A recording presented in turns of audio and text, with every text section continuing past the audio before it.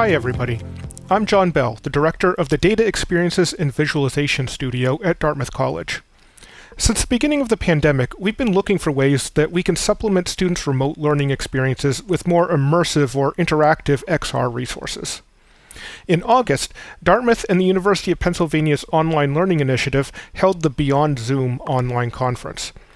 We asked about 30 faculty, staff, and researchers from around the world to share lightning presentations about any XR work that might form the basis for new extensions of the remote curriculum. What you're about to watch is a subset of those presentations. After you see them, I hope that you will be as excited as I was about finding new teaching possibilities to explore while living the virtual lifestyles that the pandemic has forced upon us.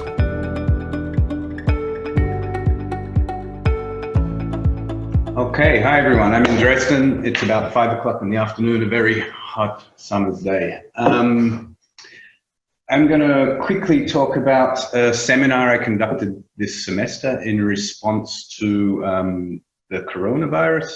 I'm the junior professor for immersive media here, so it was natural for me to ask the question, well, can any of this technology help my colleagues today with the crisis? So the question was, can existing platforms that you can buy off the shelf today help with teaching? And in particular, I wanted to focus on, can it help support the delivery of existing teaching material? So we're not talking about creating new teaching simulations or anything like that. We're talking about people who have their lectures already prepared, they have their PowerPoints and this kind of thing. Couldn't be used to support that. And what types of teaching activities might it help with? Student discussions, lecture presentations. And it's indirectly, I guess the question was directly in response to, well, will it help video chat, and in which situations is it maybe more effective than video chat, because that's our current alternative. And would I recommend, therefore, to my colleagues to use this technology? So I got a small group of students together. There were only 7 students. And I sent 7 Oculus Quest devices out. I chose the Oculus Quest because I quickly polled the students. No one had VR-capable computers at home. So this is important to note. So the Oculus Quest was an ideal device for this. I sent them out, including to a student who was trapped in Russia.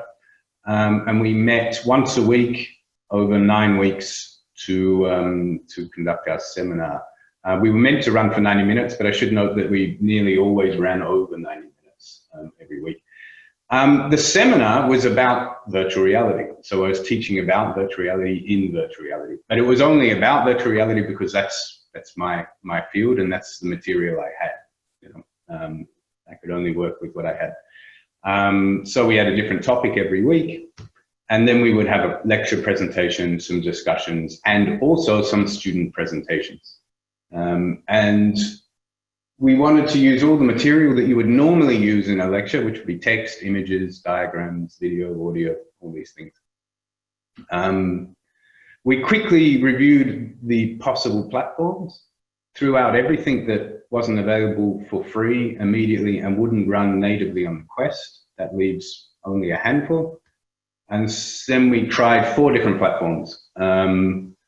Each week, 2 students would act as the guide for the platform. It would be their job to prepare it and send instructions for everyone else. We would meet in the video chat first, say hello, and then put on our helmets. The Mozilla Hubs we abandoned after first test because of technical reasons. It seemed impossible to share a presentation reliably. There are synchronization issues. And I should note that anything I say technically will surely change. I mean, the work on this stuff is going so rapidly, especially with all the interest at the moment, that we had the same problem with AltSpace VR. There was simply no way to reliably share material. I'll come back to this issue. But Engage worked to a certain degree, and probably we had the best success with spatial.io. Yeah. Okay, a few observations in my last minute. Having the photo mapped avatars helps enormously with identification. However, it was surprising to find how strong the feeling of social presence was, even with cartoon avatars. I think we were all surprised a bit by this. The spatial arrangement of material around the room is a very interesting kind of affordance that this medium gives that you can't have in the real world. This was very interesting, a different way to present a PowerPoint. Instead of having your PowerPoint in sequence, you have it arranged spatially. And indeed, you don't even need a PowerPoint. You just throw all the images in and arrange them around the room, and then you give your presentation walking around the room. And this was very nice, and this works very well. The student experience, it seems that students were, for me, from my experience compared to video chat, there was a clear increase in their interactions between themselves and with the teacher.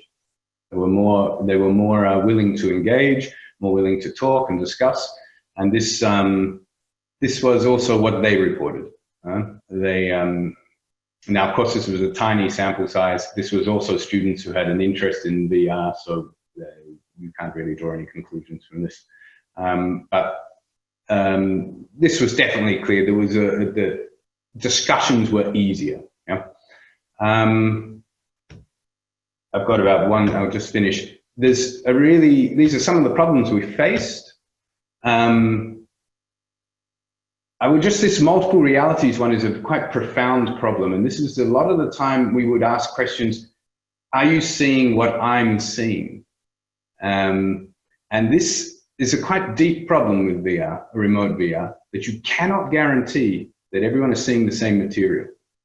And if you think about this, there are no easy solutions to this, but the consequences can be quite grave, right? You don't know if your students are actually seeing the right material when you're discussing.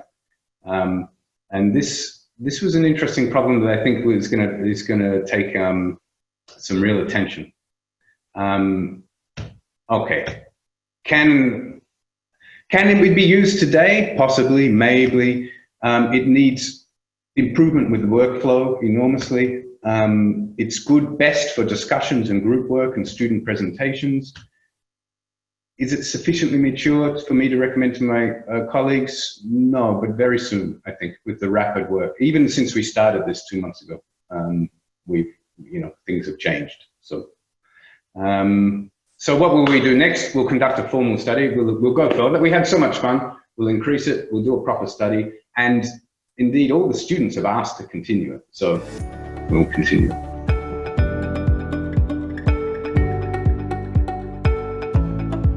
So this is a very quick, brief, practical kind of use case of how we've had to adapt given these COVID times and how our initiative has been impacted. A little bit of context, I'm an instructional designer with Penn State World Campus. So largely our courses are online, asynchronous. We've got students all over the world. So to keep in line with best practices with accessibility and inclusive design, kind of connecting back to a few things talked about in the previous sessions about, being dizzy and things like that. And there's all those considerations that come with virtual reality. Our immersive experiences are primarily browser based in the 360 video sort of realm with the option to have a headset. And that's just to kind of, like I said, for things like accessibility and inclusive design across the board. Our goal for our initiatives are to get to true VR. We're not quite there yet, trying to push the envelope, but I think with this use case, we've gotten shoved in that direction even a little bit more. So I'm the lead designer on the RN to BSN undergraduate nursing program, and our use case is around a introduction to critical care course, where we introduce students to the ICU environment. Again, it's undergrad, so it's fairly basic, fundamental, but we wanted to give students who might not have nursing experience in the ICU environment, put them into that environment. So of course, on March 18th, we were scheduled to go to our hospital and shoot the environment with our 360 video, maybe do some cool perspective shots of maybe putting the camera in the bed so you see it from the patient perspective, and kind of do some things creative in alignment with what we've done previously with 360 video. That, of course, did not happen on March 18th. The world got turned upside down, and we've been since haven't been able to really engage in those in-person video shoots. So instead of just throwing it by the wayside, we were trying to be solution-minded and figure out what we can do to still move forward and still achieve a portion of this. So this led us to looking into utilizing existing 3D assets that are out there. We do not have Unity developers on our team. We've got great multimedia specialists. So we utilized things like Sketchfab, and we're looking at TurboSquid, these kind of marketplaces to see if we can kind of purchase prepackaged assets and then kind of work upon that and still create these immersive experiences. So you can see in our course here, it's this is all basically WebVR A-frame, but they can experience the environment. They can move around and zoom in and zoom out.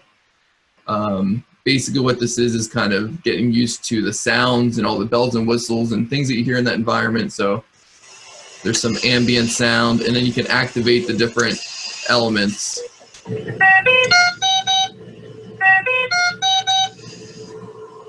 To explore that environment. I'll mute that because it'll probably get kind of loud. So this is exactly what they need to do within the environment. As far as it working, we provide instructions for usability and for an alternative experience, which is flat text-based for images with alt tags, where they can still go through and explore the environment in a different context in case they don't have bandwidth. But as far as our initiative, this has helped us kind of open up to things where we're looking at the kind of cost benefit, where instead of an all-day video shoot of going down somewhere and the logistics of all that, can we streamline our development process by utilizing 3D generated environments and then maybe build our skill sets to maybe adapt those even more and take steps towards a true virtual reality kind of environment and make steps towards that end of the spectrum. Am I still at time, or where are we at with time? You have about a minute if you want to take it. Great. Yeah, no, this is excellent. So a lot of our initiative has been informed by collecting of student perception data. We do give them questionnaires to see what their preferences are. We're seeing a lot of value in the browser-based spectrum of things, with some headsets being used, but not all. But we've gotten a lot of feedback when we've offered headsets and provided headsets as far as pilots, as far as not feeling ill or just not letting it work, and connection issues and the whole BYOD sort of element to the Google Cardboards wasn't really aligning with us. We're not in the business of renting out headsets and doing that sort of thing. The last thing we always say is like, oh, we're afraid that this could be the next Google Glasses sort of fad. So being grounded in the browser, we've seen a lot of success and a lot of interest, especially in an all online course environment where students are used to discussion forums, regular video. This is kind of something new. It's a little bit flashy. The engagement level's up, and they're enjoying these experiences. So we're constantly looking to iterate. This is, of course, a beta. I think we can probably do a lot better from what we have in this environment and build upon it. We were kind of faced with building the plane while it's in the air, sort of metaphor, given the times and the crunch. But proud of our team for being able to adapt, be creative, and kind of finding an opportunity in another realm to maybe do more of these and do more of them at scale across all our whole portfolio of courses with all the different programs we have at World Campus.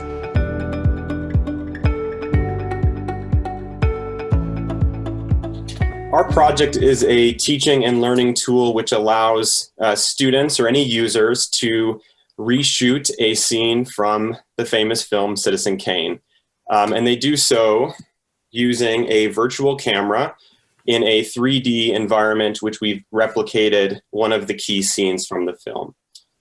This virtual camera can be placed anywhere in the scene, and users have full cinematographic control over things like virtual lenses, the lighting. They can shoot it in different frame rates, as well as they can program various types of camera movement.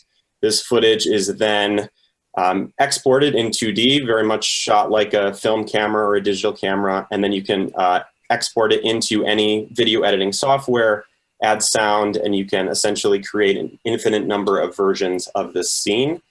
Currently, the program is compatible with Oculus. We also have a desktop version which works in Mac or PC. This project was created with several learning goals in mind.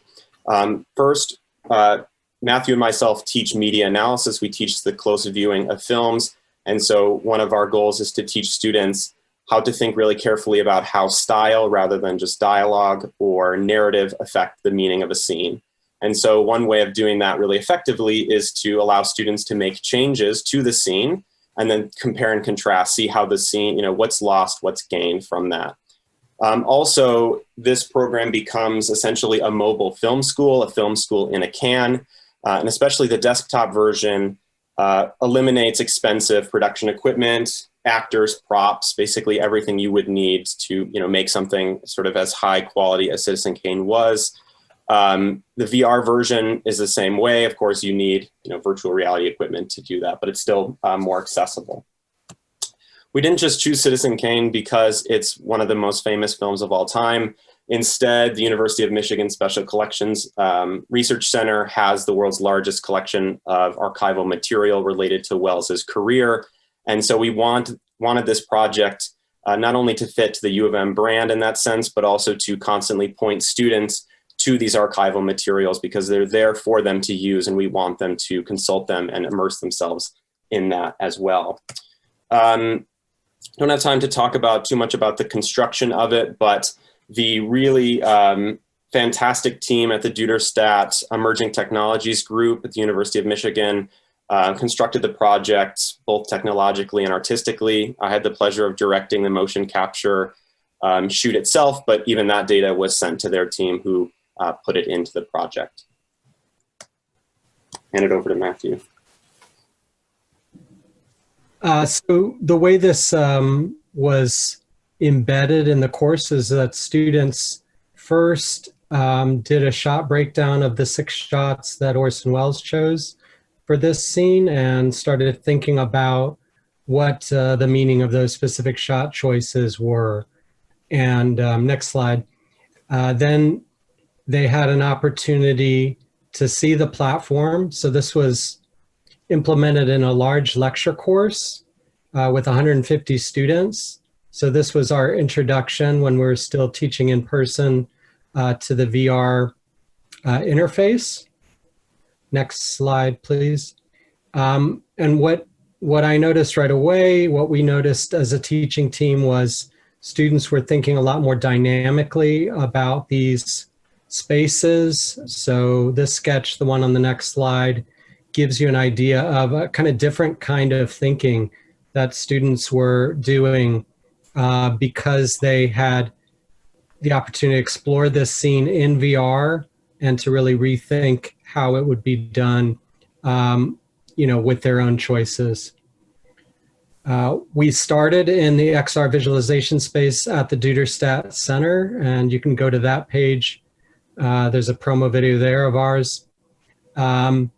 And we actually had students in the lab initially working on this assignment in real time and in groups, such that some people were in VR, some people were watching, right behind them. And we found a lot of advantages to that particular interface. Next slide. As you all know, we were not able to teach in person for the entire assignment. We switched midway to my timer.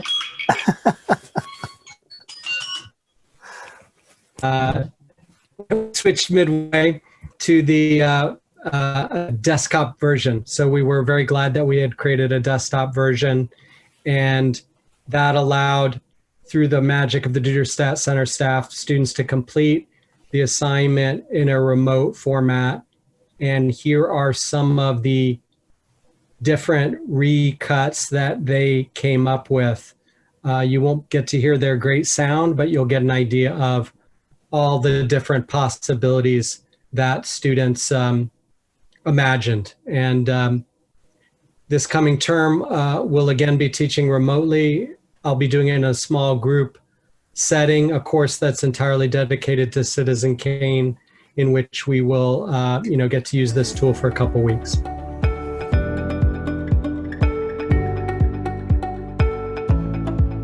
next 5 minutes, I'll share with you my project that focuses on training healthcare professionals on patient safety, particularly in the operating theater.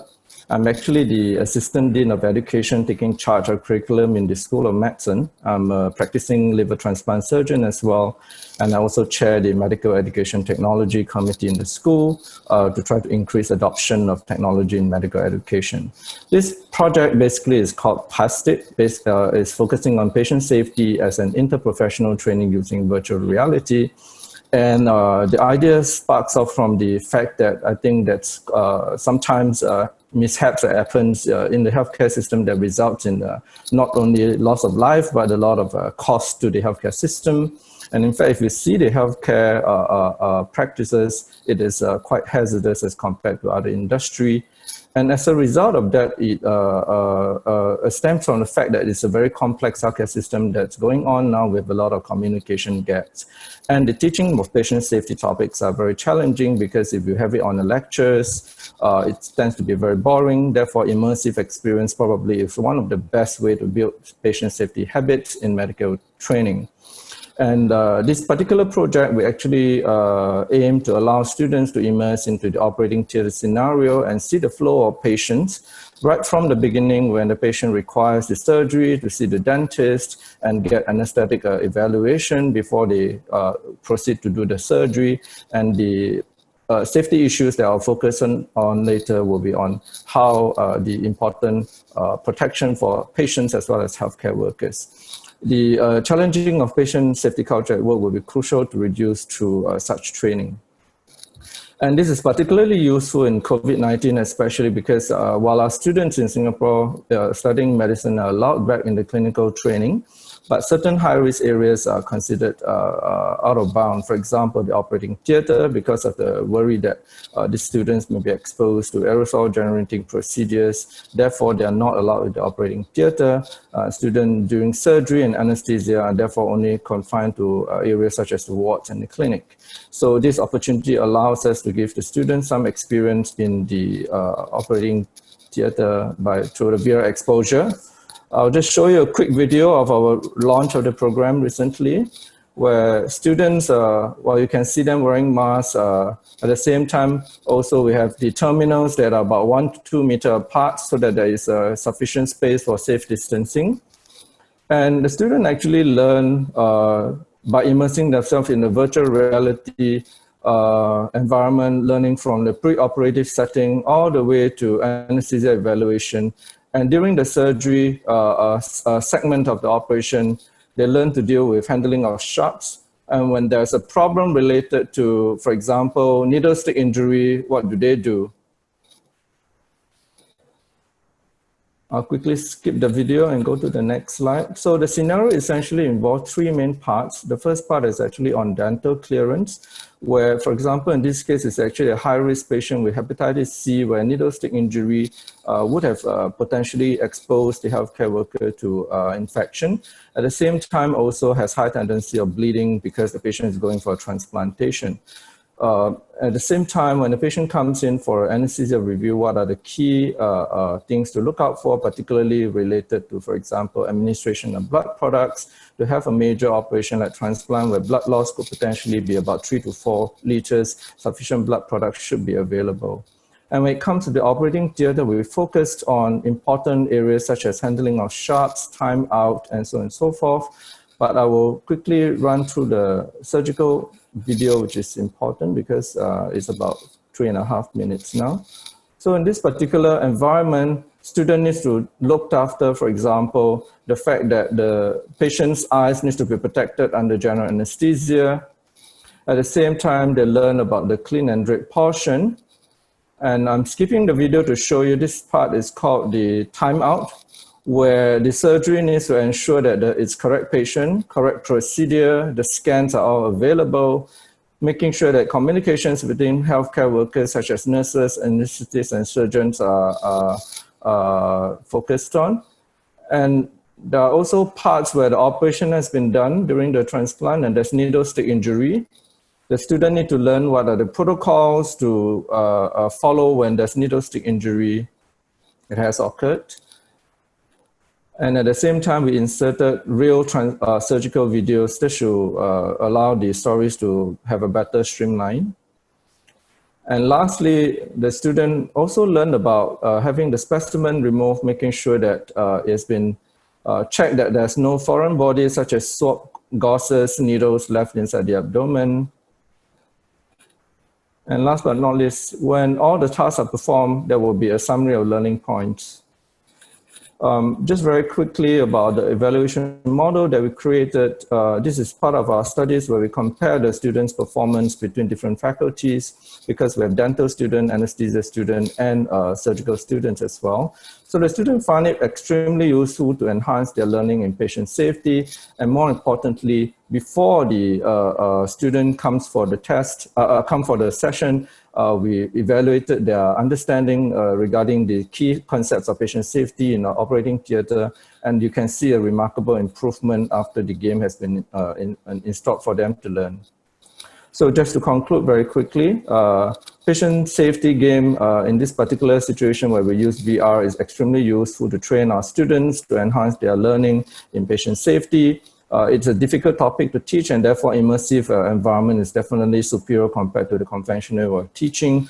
We are also conducting a longitudinal studies on these students. And last but not least, we will also evolve the module to involve other healthcare professionals such as the nurses and allied health in the future.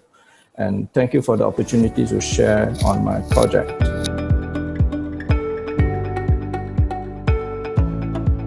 Yes, I'm in the geography department here at Dartmouth College, and I teach a number of classes, including a geovisualization class, a geographic data visualization. I taught it in the pre-COVID era. I'll be teaching it again this coming winter term, and so I'm thinking now about how to do that. Here's a picture from the last time I taught this class when the students were able to actually share these headsets and be present in the lab together and walk around, and one student would take off the headset and pass it to the next and things, which won't be happening this coming winter. So this class, it's a mix of lectures, labs, and projects, and there's a real focus on kind of the students learning about how to visualize landscapes and how to kind of do cartographic design for maps, and then moving into 3D modeling and animation and interactive web-based maps, etc. Last time I taught this class, though, I started getting into VR for the students, and we had a unit on 3D modeling and visualization where the students, well, they do a number of different things, but kind of the workflow here is that the students choose a couple of sites they're going to work on. Mostly these are like national parks, Yosemite, Grand Canyon, places like that. And the students basically acquire high-resolution aerial or satellite imagery and digital elevation data for the landscape. Let me see if I can share my screen here. Sorry, just a second. All right, are we seeing this here? Yes, we've got you now. Great. Okay, so the students would basically download satellite imagery for these sites and or aerial imagery, put together this digital 3D model in ArcGIS, spatial analysis software, do some simple editing of it in MeshLab, upload it to Sketchfab in order to kind of post it on the web so they can look at it that way, but then climaxing with bringing it into Unity using that template that we developed that lets the students bring in their 3D landscape models. They've also had to, along the way, they've had to pay close attention to the coordinate systems for these models, so that in Unity, another thing they can do is they can put in objects onto the model and have them, they have to be very careful about getting the coordinates right so they can position things here. So for example, here in the Grand Canyon, this is the Bright Angel Trail going down from the south rim down to the inner canyon. The students might position like a Mars rover or some elephants or something in here. They have to understand the coordinate system that they're working with in order to get the elephants positioned correctly so they're not like floating in space or underground or something like that. Then at the end, again, last time I taught this, the students would be working on this on the computers in the lab, and then when they're ready to test it, they'd go up to the front and put on one of the headsets, and we had 6 or 7 of these, so the students would have to take turns with the HTC Vive Pro headsets or Windows Mixed Reality headsets. But this was a great experience. The students would be laughing at each other and helping each other, and it was kind of this learning process for them. Most of them had no prior experience with VR, no prior experience with Unity. Many of them had no prior experience with coding.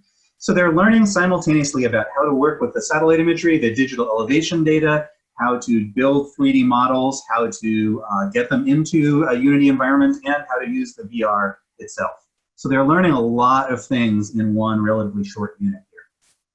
I'm trying to figure out now how to teach this in this coming winter, where some of the students will be here on campus at Dartmouth, some of them will be remote at home, but even the students on campus will mostly be again, accessing the class remotely as well. So I can't assume that all the students will have great internet connections, except for the ones on campus. I can't assume that they will have access to VR headsets. They certainly won't be using the, sharing the ones in the lab. So I'm curious to talk to people about their experience with different options for this. We could certainly do things using flat screens like Sketchfab, et cetera, and have them design stuff in Unity, but it would be nice to go beyond that as well. Just before I end here, I want to say a little bit going beyond this kind of visualization experience.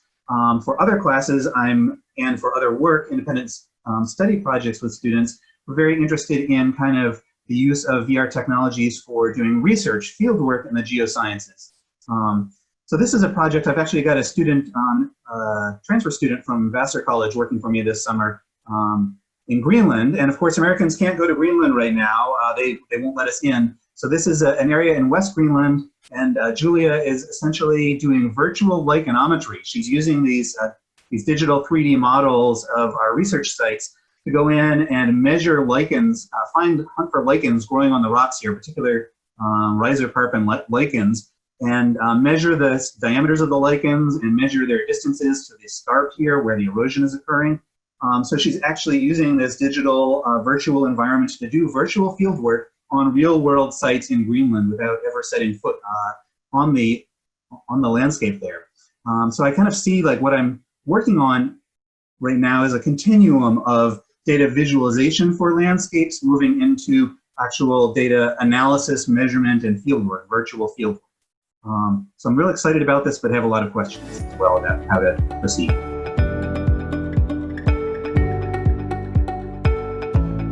We are Project Komodo. We are a initiative to make browser-based VR instruction much more available to instructors and students. Thank you for having us for this presentation. So we're a VR teaching and learning platform with an emphasis on social VR, being able to launch on any 6 degree of freedom headset from your browser, and to have custom content. Those are our main pillars, and then we've also are exploring the possibilities of having data-driven pedagogy and analysis, session recording, making things available through a web portal, and having voice and video relay, and then of course making accessibility a first class item. So during Q&A, I suppose we would be able to go into more detail with this, but we have received a lot of grants from our VR at Illinois initiative for instructors to create content, and you can see, hopefully you can read the number of grants here. They span many different disciplines, and we thought about this and we said, all right, we could take our studio and make these experiences for them one at a time, or we can try and identify what they have in common. So that was this previous slide here, that these tools would help a lot. So our technologies underneath this that we decided on were Unity with the Mozilla WebXR exporter, and a bunch of other tools. We decided to use these in particular because, again, these instructors wanted a lot of really custom functionality. So a game engine made sense. And then we chose Unity because our campus historically has been very familiar with Unity. And we actually have a virtual reality class that develops with Unity as well too. So we're hoping that this enables a lot of researchers and student developers to create awesome applications. So we're triangulating between a lot of groups that I've mentioned already. One example that we do have that we're working on deploying for this fall is a fashion illustration critique module. So Professor Chiara Vincenzi here has done an amazing job of piloting garment creation in Tilt Brush. So this saves on a lot of, it prevents a lot of waste from happening. The only problem is then you can't review this with other students unless you take off the headset and put it on someone else. So we thought, why not create an interactive room where you can join other students and review other garments. Another example is material science here. So I don't really have time to explain what exactly is going on in this image, but basically one interesting fact is that it's actually really important for us to be able to take these metal cubes here and intersect them directly with these spherical atoms. So in VR, you can do interesting things like this, like turn off gravity and turn off object collision. And that actually opens up a lot of interesting possibilities. And that's another reason why we wanted to go very domain specific and get down to the core of Unity and let people upload custom modules with custom programming on top of that as well too. So we're hoping to provide runtime imports, like with the dresses, real-time voice and video chat, which is something that we added during COVID-19. And then we've always had social VR avatar presence and data analytics as well too. So we will pilot and see how well this works. We have seen that instructors as well as our virtual reality professors have gotten excited about the possibility of just building something and uploading it to the web. This saves on a lot of deployment time and will hopefully allow as well students from virtual reality to the virtual reality course at Illinois to be able to actually preserve their work over time. Here's just an example of an electrical and computer engineering course that used student content from the virtual reality course. Yes, I mentioned a couple of these items already, but there is just one small story that I like to finish with, which I hope is all right, which is that early in development, we had this strange bug, which was that the floor height was much too low. And it was actually kind of scary to be able to see objects down below, but never be able to reach them because I couldn't break through my own floor. And during this moment, I made a connection to a time that my professor was putting on the VR headset and was stuck at her table. She didn't have room to use her Guardian. So in thinking about accessibility being first class, that was a real moment of empathy for me where I was like, oh, if I did not have room to bend over and reach something on the floor at a table, it feels kind of like you can never reach that thing. And the solution that the professor ended up coming up with, we didn't even realize, was to just scale down the dress, because she was able to reach it, but that way she was able to gesture at the whole thing. So there's creativity in your own users in being able to find that accessibility. And then, you know, of course, any even accidental opportunity to empathize, you should take that. And sorry for going a little bit over time, but please do email us at idealab@library.illinois.edu with the subject Beyond Zoom demo. We would totally love to show you what the actual content of our platform is. Thank you so much. Welcome to everybody that's joining us in this session here today. I am very honored and privileged to be sitting here and listening to all the leading edge work and research and teaching being done by the other presenters.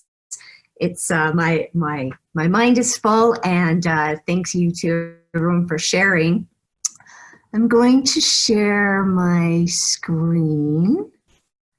So I am an assistant professor at the University of Saskatchewan. I work in the College of Education, which means that I get the opportunity to work with teachers, teacher candidates, and grad students in our educational technology and design program. If you want to get in touch with me, you can find me pretty much everywhere on the internet and all the major social media channels or Discord. Just look for Paula McDowell. And what I thought I would share with you today in this 5 minutes is a new course that I had the opportunity to design and teach this summer. I've been working in AR, VR, XR for education for the past 3 years now, integrating the different realities into my courses.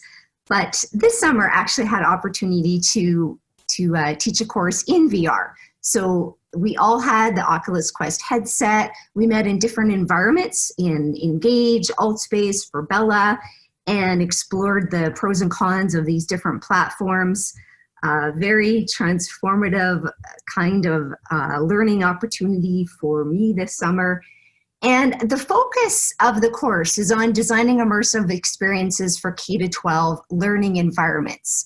So what this means, and again, my students in my course are either teachers or grad students or else teachers in training.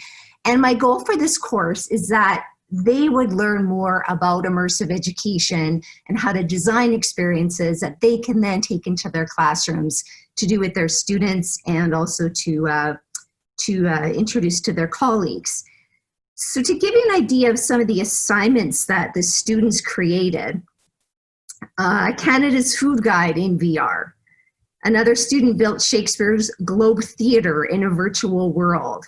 So just imagine kind of a modernized Shakespeare unit that actually, where students could perform their scenes and learn about Shakespeare in an actual virtual world with the Globe Theatre.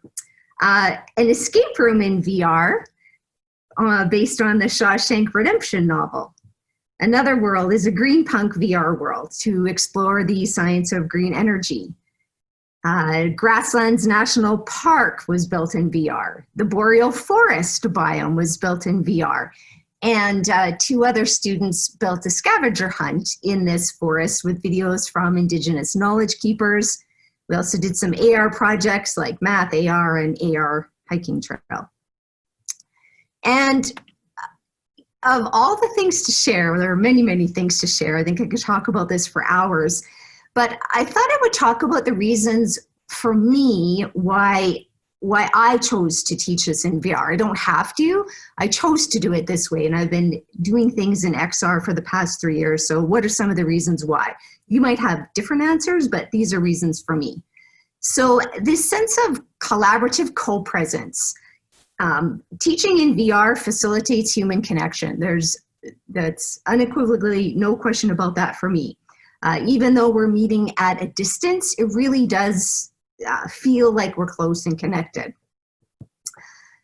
That leads into what I call collective cognitive responsibility, which means that we are all responsible for each other's learning. So I am not the only expert in the class. There's responsibility that everybody can help each other out on ideas, on tech issues. And this actually extends beyond my course. I will say that this summer, the Educators in VR community, huge shout out, because a lot of my students got support from other people that were in the Educators in VR community. So beyond my course, and it's really helped them to build better worlds. Something I call living curriculum is, you might think of that as experiential learning, but as an educator, it is not enough to just experience things. We want to also reflect on our experiences. And a lot of opportunities for experiencing things in VR. Transversal skills is also important if you're in education. That might be a new term for some of you. You can think of it as what we used to call 21st century skills, which now is a bit out of date. So we've come up with a new term. And this is really a strong emphasis on skills that we need for future work and life, and also to achieve a transition to a more sustainable world. So these are skills that have to be learned, but they're hard to teach.